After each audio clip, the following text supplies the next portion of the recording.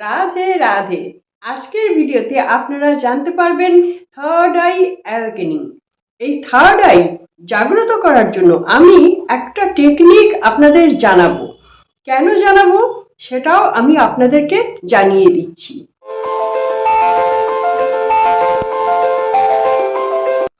নমস্কার, dahlia reiki ইনস্টিটিউটে আপনাদের সকলকে স্বাগত। আজকের ভিডিওতে আপনারা জানতে পারবেন থার্ড আই ওপেনিং কত দরকার। থার্ড আই ওপেন না হলে আপনি কোনো কাজটাই করতে পারবেন না। যেমন ল অফ অ্যাট্রাকশনে আপনারা দেখেছেন তো, যেটা এটা মনে করো, ভেবে নাও, বা সিনেমার মতো দেখতে থাকো। কোথা থেকে দেখো? এইখান থেকে পোর্টাল। পোর্টাল একে বলে, থার্ড আইকে বলে পোর্টাল। আচ্ছা, এবার পোর্টাল মানেটা কি সেটা যদি আপনাদের কাছে ক্লিয়ার হয় তাহলে এটা বেশি ক্লিয়ার হবে। পোর্টাল মানে হচ্ছে আমাদের বাড়ির পোর্টাল। কি বাড়ির পোর্টাল? হচ্ছে বাড়ির মেন দরজা, যে দরজা দিয়ে ঢুকছে বেরোচ্ছে, এনার্জি ঢুকছে, মানুষ ঢুকছে, অনেক কিছু ঢুকছে আবার বেরোচ্ছে। তেমনি আমাদের বডির, পুরো বডির পোর্টাল হচ্ছে এই থার্ড আই। বোঝা গেছে তো? এবার ক্লিয়ার হয়ে গেল। তাহলে এইটা মানে আসবে যাবে, এনার্জি আসবে যাবে বা ইউনিভার্সের সঙ্গে কানেক্ট হবে, তার জন্য এটা খুব প্রয়োজন। তো এখন যেটার জন্য আমি আজকে ভিডিওটা করতে বসেছি, কারণ হচ্ছে এই যে পাস্ট লাইফে অনেকে আসেন, নিজের পাস্ট লাইফ দেখবো। তো পাস্ট লাইফ দেখবেন কোথা থেকে? পাস্ট লাইফও আপনাকে দেখতে হবে এই পোর্টাল থেকেই। তাহলে পোর্টাল যদি পরিষ্কার না থাকে তাহলে আপনি যাবেন কি করে?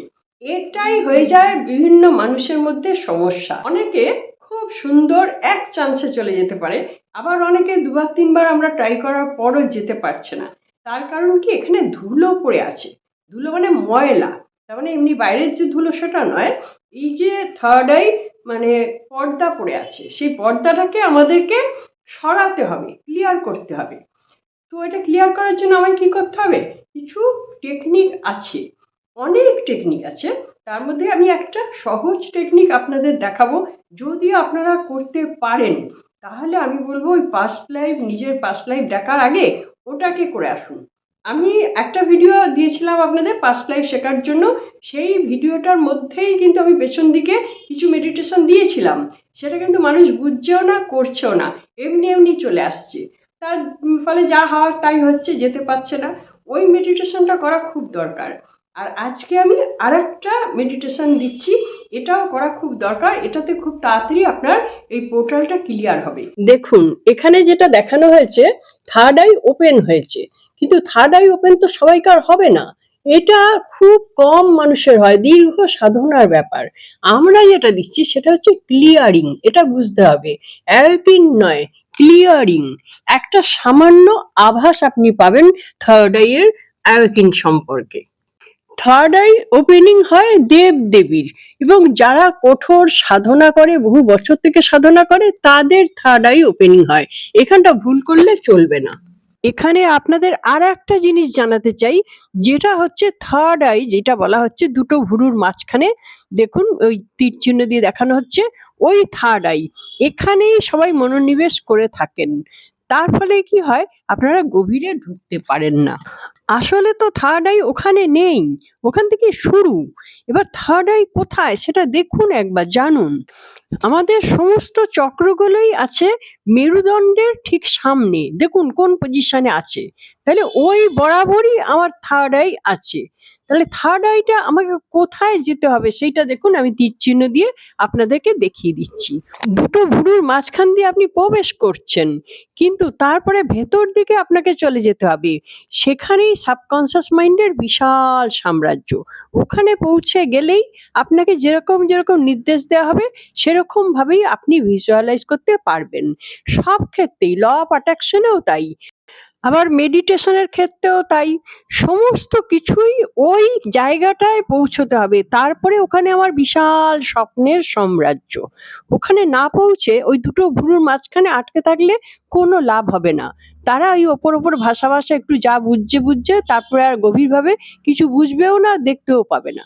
সেই জন্য বোঝাটা খুব প্রয়োজন। আর পোর্টাল ক্লিয়ার হওয়া মানেই, যখন আমরা আপনাকে পাস্ট লাইফে নিয়ে যাব, আপনারা পাস্ট লাইফে যাচ্ছেন, যেতে যেতে আপনি সাবকনসিয়াসে প্রবেশ করে যাচ্ছেন। তারপর আপনি আপনার জার্নিতে যেতে পারবেন, যেটা আপনার অতীত জীবন ছিল। সেটা সম্ভব হবে যদি এটা ক্লিয়ার থাকে। তাহলে কিভাবে করবেন সেটাই এখন ভালো করে শিখে নিন, ভালো করে শিখে প্র্যাকটিস করুন। তারপরে যদি আপনারা মনে করেন আমি পাস্ট লাইফে যাব, তাহলে এই জিনিসটা করে তারপরে আসুন, তাহলে সহজেই আপনি যেতে পারবেন। যেটা আপনাকে কি করতে হবে, বসতে হবে। আপনারা দেখুন আমি কি করি, সেরকম সেরকম আপনারা করবেন। এই যে দেখছেন তো, এই যে প্রদীপের আলোটা দেখতে পাচ্ছেন। এবার আপনারা ছবির মাধ্যমে দেখুন, তাহলে আরো ক্লিয়ার ভাবে আপনারা বুঝতে পারবেন। এই যে আলোটা, আলোটা হচ্ছে আপনি প্রদীপও নিতে পারেন, মোমবাতিও নিতে পারেন। এই আলোটা এমন জায়গায় থাকবে যেন আপনার থার্ড আইয়ের সরাসরি হয়। দেখছেন এই যে দাগটা দেখতে পাচ্ছেন তো, সোজাসুজি থার্ড আইয়ে সোজাসুজি আলোটা থাকবে। এবার আপনি এই আলোটার দিকে তাকিয়ে থাকবেন, বড় বড় চোখ করে তাকিয়ে থাকুন। যতক্ষণ পর্যন্ত আপনার চোখে জল না এসে যাচ্ছে ততক্ষণ আপনি তাকিয়ে থাকবেন। এবার যদি চোখে জল এসে যায় তখন আপনি চোখটাকে মুছে নেবেন, জলটাকে মুছে নেবেন, নিয়ে চোখটাকে বন্ধ করে ফেলবেন। এবার বন্ধ অবস্থায় এই থার্ড আইতে ওই আগুনটার ছবিটাই দেখতে পাবো। এবার যতক্ষণ দেখতে পাবো ততক্ষণ আমি চোখ বন্ধ করে থাকবো। এক সময় ও চলে যাবে, তখন ফের আবার ওই প্রদীপের আলোর দিকে আবার তাকাবো। দুবার তিনবার করে আপনারা করুন। দীর্ঘদিন করতে হবে, একবারে হবে না। এক সময় দেখবেন এই থার্ড আই আপনার ক্লিয়ার হয়ে গেছে। হ্যাঁ, ওপেন বলছি না, ক্লিয়ার হবে কিন্তু।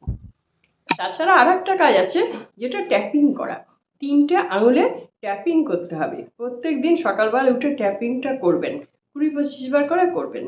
এটা সহজ প্রসেস, আমি আপনাদের বলে দিলাম। আরও বিস্তারিত আছে। যারা পাস্ট লাইফে যাওয়ার জন্য আসছেন তারা কিন্তু এই দুটো কাজ করে আসবেন, একটা ট্যাপিং আর একটা হচ্ছে এই আলোর শিখা নিয়ে আপনারা তাটক করে আসবেন।